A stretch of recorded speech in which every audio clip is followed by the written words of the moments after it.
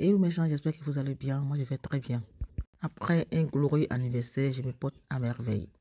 Et comme promis, je vais vous raconter mes gourmets pro-masse jusqu'à mon mariage. Mon histoire a commencé quand j'étais en classe de 4e pendant les vacances scolaires au marché de Yopougon, Port-Boudieu. Moi, j'ai toujours été coquette et comme j'avais des parents qui n'avaient pas les moyens, je devais moi-même chaque vacances vendre, soit et travailler dans des usines pour pouvoir m'habiller, m'acheter des vêtements, des chaussures et tout. Et c'est comme ça que je me suis retrouvée au marché. Il y avait deux jeunes gens qui passaient, qui voulaient se prendre des avocats, des ignames. C'est pendant ce temps que deux jeunes sont venus vers moi pour pouvoir s'acheter des fruits, des légumes et tout ça. Il y a un le plus court, c'est lui qui m'a abordé et qui a demandé mon nom. Il a commencé à me draguer direct. Et je lui ai donné un faux nom. Il m'a dit, bon, tu descends à quelle heure, tu finis devant à quelle heure. J'ai dit, je sais pas, au moins, autant où ma grande sœur va fermer, mettre les bâches. Et comme ça, moi, je prends ma route, je vais à la maison. Il m'a dit, je reviens. Moi, je pensais qu'il mentait, il est parti. Et moi, j'ai fini de vendre. Je suis rentré à la maison. Or, pendant que j'ai rentré à la maison, ce jeune homme m'a suivi jusqu'à chez moi. Et une fois que je suis rentré, je me suis lavé. Et quelques minutes après, il y a un enfant qui est rentré dans la cour.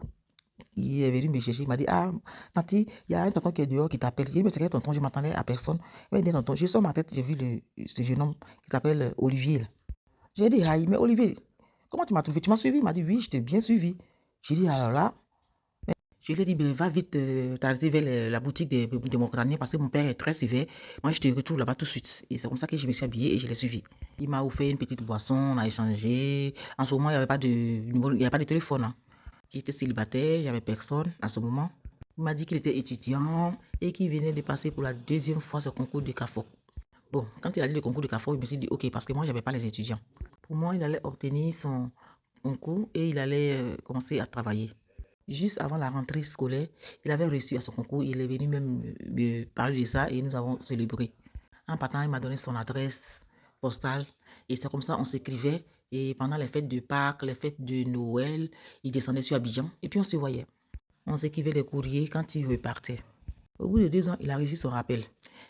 Il est venu me voir, on devait faire un programme pour pouvoir venir me fiancer et après me doter pour qu'il puisse le rejoindre dans le centre du pays.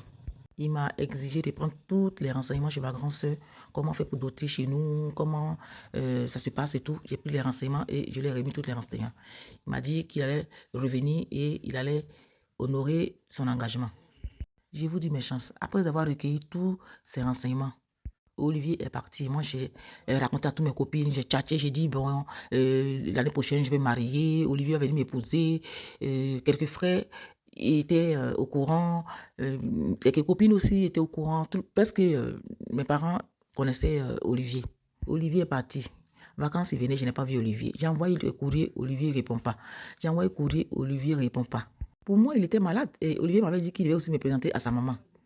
Alors j'ai fait un dernier courrier, dit Olivier, si tu reçois ce message, réponds-moi. Sinon, moi, je prends mon cas et je viens te retrouver là où tu es. Quand j'ai parlé d'aller le retrouver, Olivier a répondu tout de suite à mon courrier. Il m'a dit, non, ne viens pas ici, tu es la fille de quelqu'un qui a de l'argent. Là où je suis, il n'y a pas d'eau, il n'y a pas de courant. Des femmes puissent l'eau sur la tête alors que toi, ça ne te ressemble pas. Reste là-bas, je viendrai te chercher. Ma copine, on s'est dit, ah, il a répondu rapidement à ce courrier. C'est qu'il avait reçu les autres courriers, mais pourquoi il avait mis un silence? On ne savait pas le pourquoi où. Alors que chaque semaine, moi, je partais trouver ses soeurs au marché de la psychologie qui tressaient. Souvent, je partais les aider, je partais les voir, on discutait, on échangeait. Moi, c'est ma belle famille. Parce que dès la première année, les frères m'avaient présenté à ses soeurs. Et elles étaient très avenantes, très gentilles, très ouvertes. Là où je devais ouvrir les yeux, la dernière année, quand je partais les rendre visite, elles étaient un peu distantes. Certains cousines disaient la plus grande, quand Cléie. J'ai dit, ah, mais qu'est-ce qu'ils doivent me dire? Pour moi, Olivier était malade.